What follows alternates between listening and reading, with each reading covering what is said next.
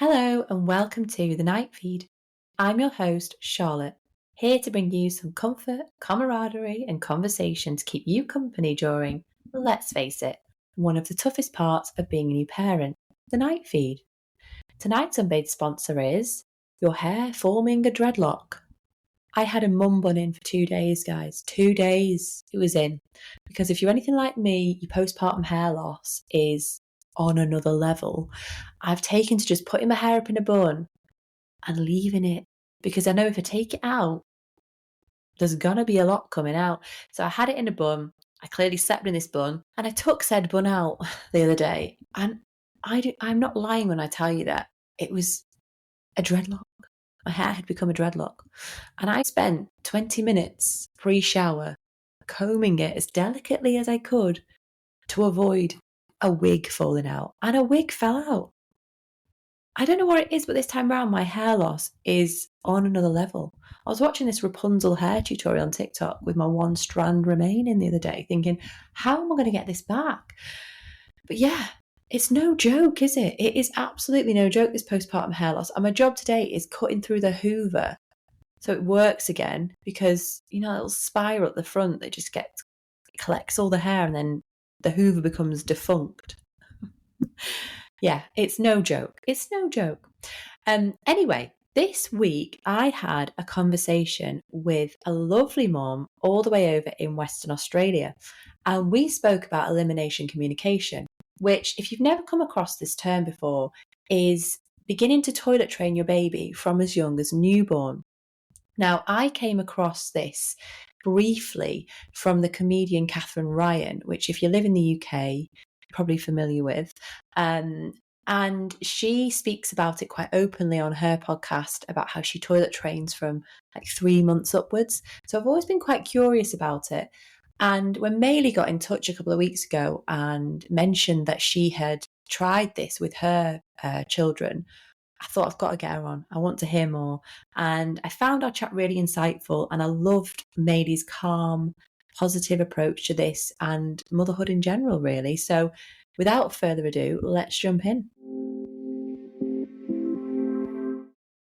Hi, Mailee. Thanks for coming on the Night Feed. Hi, Charlotte. It's lovely to be here. I'm excited to have a chat with you. Me too. We've had a few emails back and forth, and you messaged me about elimination communication, and it's something that I have been really interested in myself. And when you mentioned it, I thought, I've got to get you on. So if we could start by, if you just explain to me and the listener what elimination communication is.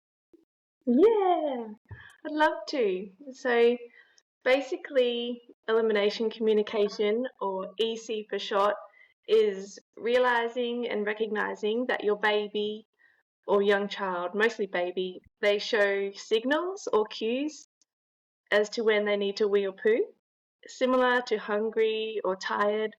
And it's us as the parents or caregivers to recognize those cues and to offer them the chance to go to the toilet.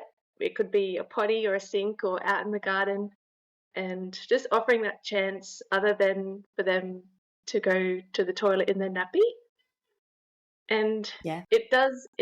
the connection builds, and it's a really lovely experience that I've found. Okay, oh, that's so interesting because I think over here particularly it's nappies till quite old now. I think back in like the 80s when we were raised, it was the toweling nappies, and I think there was a kind of a rush to get people out of to get babies out of them because of the inconvenience of washing them. And now that Yeah. we have disposable nappies, I think it's kind of changed the whole narrative around, having to get them out so soon. And I know that it's becoming a bit of an issue over here that kids are in nappies till school. So where did you come across elimination communication? Well, I lived quite close to this other young mum, and she had an epic library, and she had a Okay. lot of books on topics that weren't really mainstream. And I was just hooked into a few books, and one of them was a book, Diaper-Free Baby, and I think the author was Christine Gross. And I read, and it sounded, quite, formal and but I was just really hooked on this idea or the philosophy around that babies show these signals and we can tune into them. And I just felt that was So another way to connect to the babe and, um, also not use as many nappies, like you were saying, because over here too, it's yeah, a bit of I've heard that it's, getting to school and because I don't think disposables were supposed to be like a full-time situation as what we sort of are using in these cultures. But also yeah. EC is common in countries abroad, like in China.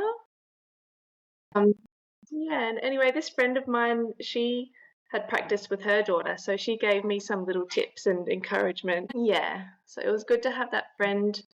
And there are products you can buy, or like, special pants and potties, but I hadn't bought any of Oh, that. I okay. found, yeah, there's a whole range of, accessories that can go with EC.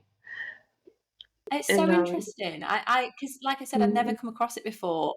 The first time I actually heard of it was a comedian called Catherine Ryan. Do you know of her? I haven't. She's Yeah, she's quite big over here, Catherine Ryan, and she does it with her children. Oh, And wow. I think she started from yeah, and she's quite vocal about it. She has a podcast.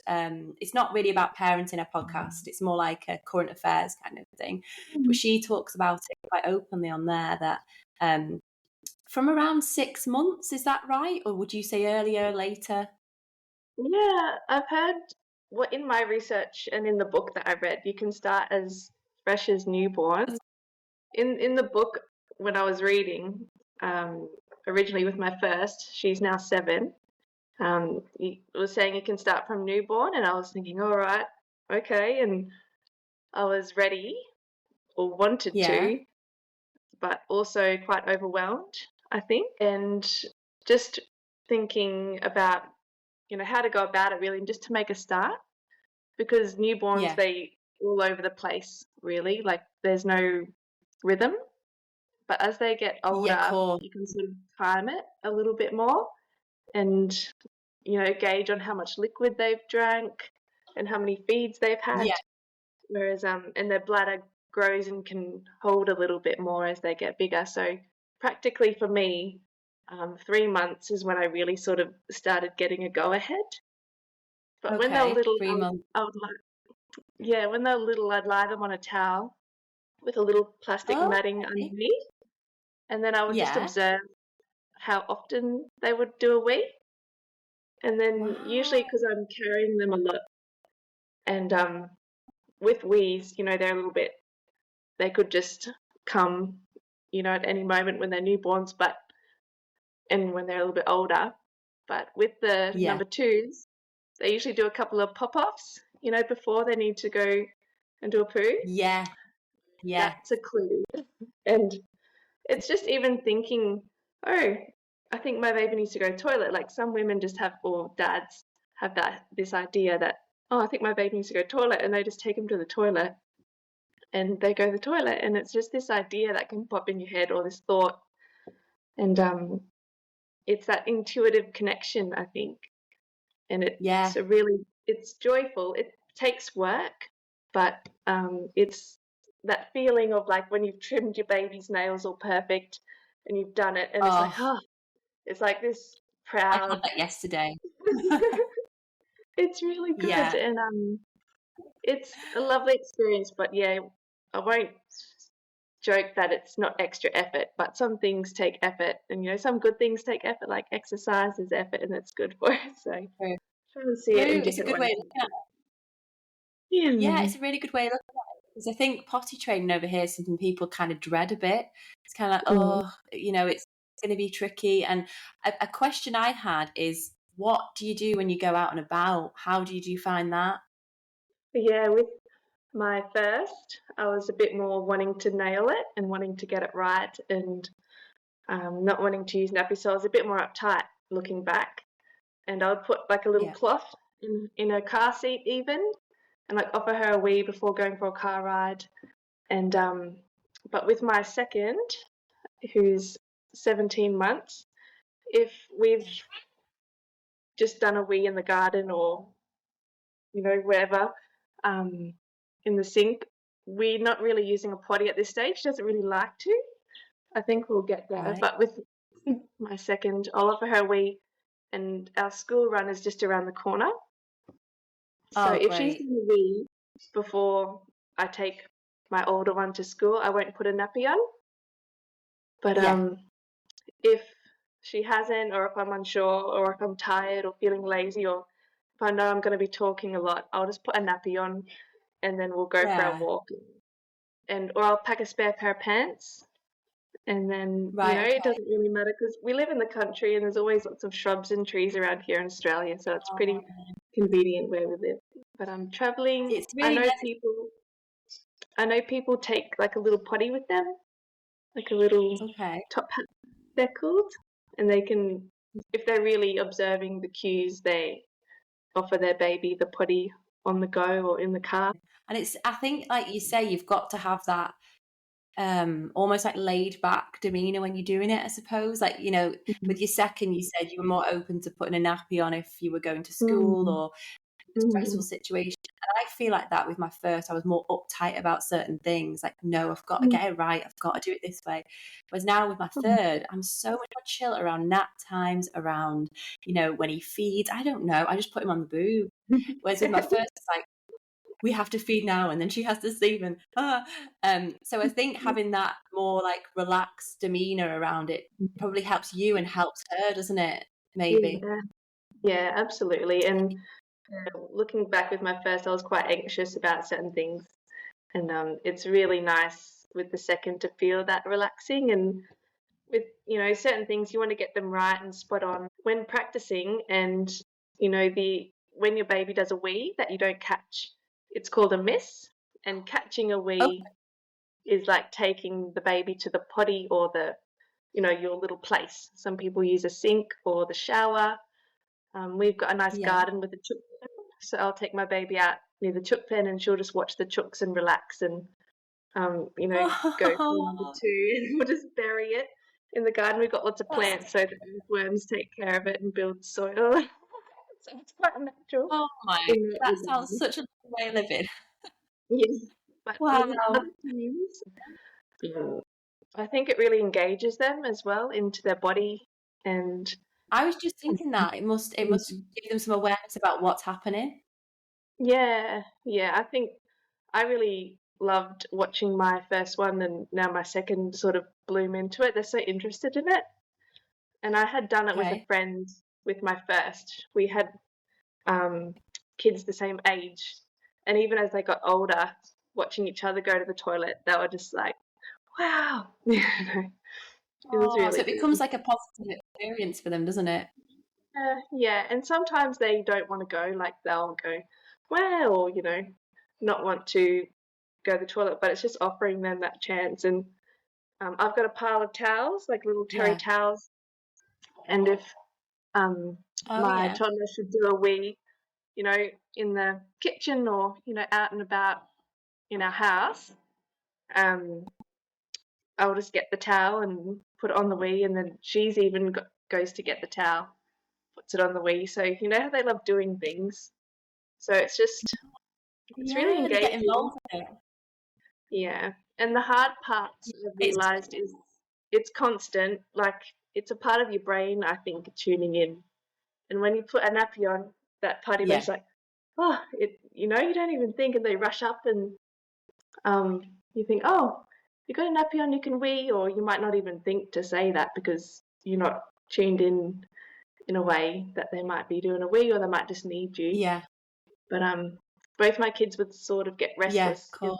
signals and scratch their eyes a little bit with their hand or rub their nose or suddenly get a bit alerted or babies can hop off and on Okay. the boob a bit while feeding. And now that my baby's like 18 months, she'll wake, or even earlier, she'll wake from naps when she needs to wee because she's quite tuned in. So that's another thing that Oh, can okay. happen. Sometimes I'll put her back to sleep and or offer her a wee before naps and after naps. That's where to start really is Yeah. you're not sure where to start with EC. Oh, A basic place is after they wake up because I read or I heard recently that as we're considered mammals, we have this hormone in us that keeps us dry while we sleep.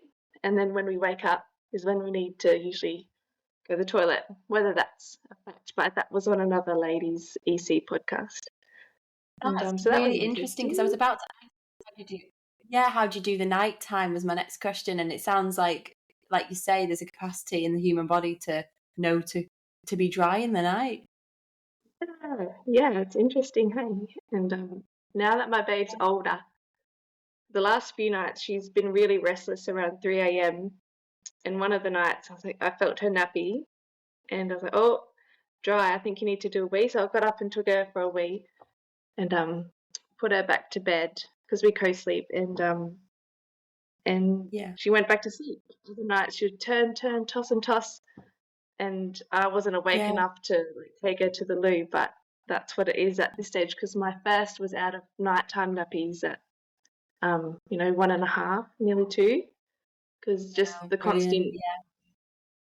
dry nappies through the night, or we were really close to our toileting spot for the bubs, so I'll just offer them the toilet through the night. And yeah, and you have some misses and a bit of extra washing, but I think in the long run it's a really joyful process.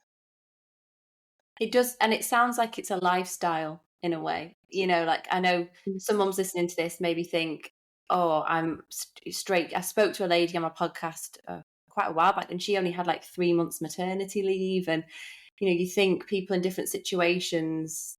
I suppose it's tricky, and I think it depends a lot on your lifestyle, like you say, to be in a position where you can put a towel under them and just let them go and get up through the night kind of thing. It's Yeah. it's a lifestyle you have to embrace completely, Mm. and you have to Mm. be in that position, I suppose, to be able to um Yeah. embrace it. And it Yeah. sounds like you live in a place where it really lends itself, like it's a warm climate. And I know over here they say potty train in the summer because you can leave them with just a dress on and Yeah. whatever. Yeah. Yeah. But in the winter, it's different. They're in like 3 layers, and Yeah. it's, it sounds like you're amazing with it. I am quite amazed by how well you're Mm. embracing it, because even just potty training at like 2.5, Mm. is challenging, Yeah. even when they can communicate fully. I've got my friends, they've got over 3-year-olds, and we're at the same sort of stage of, oh, quick, quick, do a wee, and oh, too late, or, for the 3-year-old, or it's the same. And you got to sort Yeah. of tackle that in one way or another, really. And, but yeah, it is rewarding taking them as little bubs and just knowing that they have this sense in them that is communicating with us. And I've read that Yeah. it does sort of evaporate over time as they get older. If those cues aren't acted upon, they sort of, something in the brain's like, oh, well, I won't worry about that too much anymore and I'll just do a wee, and that's what we do. And when you sort of know something, you can't unknow it in a way. And babies are so much more aware and alert than we give them credit for. Like my 4-month-old, I'm soaking it in so much this time round because you're a lot less stressed, I think. And I say to him, "Do you want some milk?" And his eyes light up and he does a smile, and you think, you know what I'm saying, and you're only 4 months. And there's this kind of, they don't know what we're doing, they don't know what we're saying, they're just kind of here, but they really do understand. And that comedian Catherine Ryan, she was saying we're actually training babies to wear nappies, aren't we? Yeah, When you flip yeah, it on yeah. its head, we're training them to keep a nappy. I was speaking to my mum about this conversation, and she actually read somewhere that back in, like, I think it was the 60s, Pampers apparently changed the narrative and the science around babies going to the toilet. Because apparently it was quite a well-known fact that by the age of 1, at least, babies can control their toilet. But they changed it to say it was later than that. They managed to change that, and that's where the Wow. narrative came about. Yeah, And it sounds true, yeah. because nappies are expensive. But yeah, I go to school So sometimes and some mums are like, oh, has your baby got a nappy on? And I say, no, they go, oh, your game. And it's rewarding for the fathers too, because we're all playing in the garden and I was cooking dinner and Venus, my daughter, and Brad came up and they're like, "Oh, we just did a poo." He's like, "Oh wow, well done!" And they're both so proud of themselves. They're both happy, and it's really nice for the fathers too to, have that experience and that reward, because it is that relieving and working together. And um, the hard part is like when you're all cuddled in bed and your baby needs to do a wee, like right before sleep time. You're like, "Oh, okay, I'll get up." Oh, no, that is Yeah. dedication, because that's when you really Yeah. need your sleep, isn't it? Like you're tired and you're like, "Oh, okay." But yeah, just the places to start is before a nap and after a nap.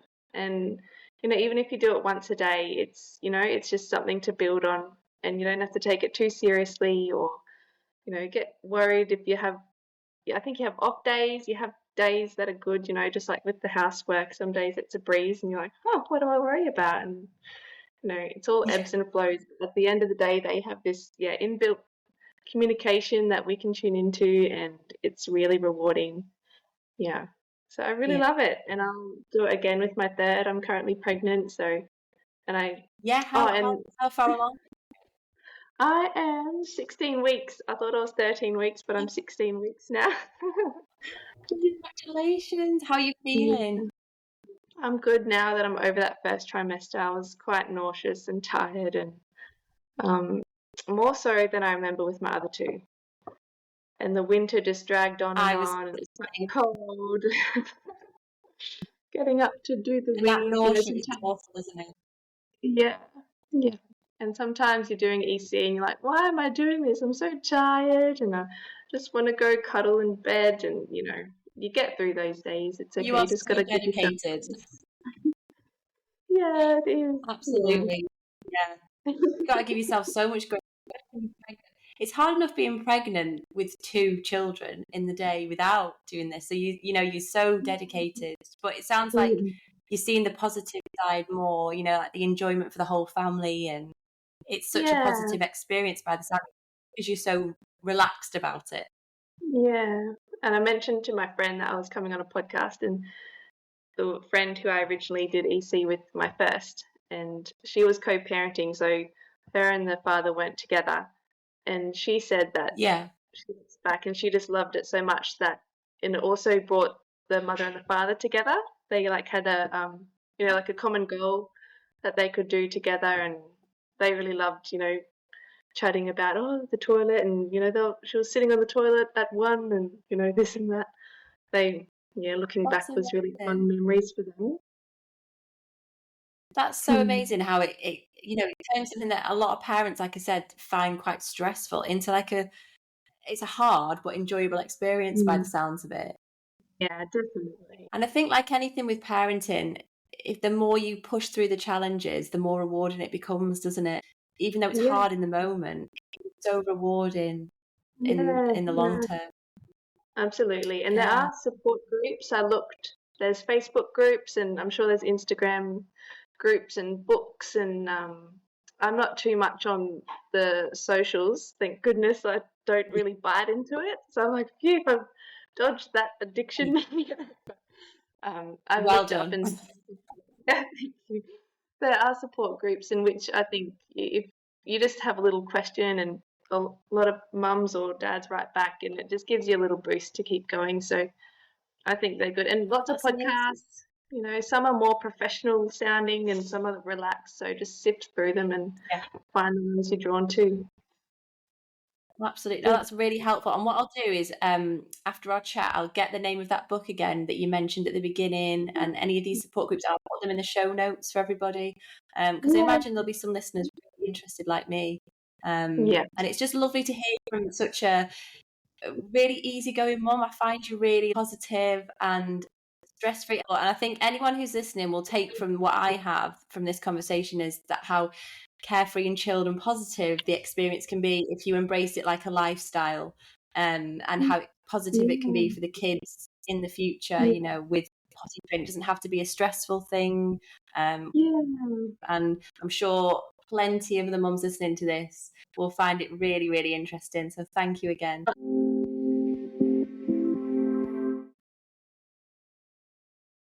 There we go. I hope you enjoyed our chat as much as me.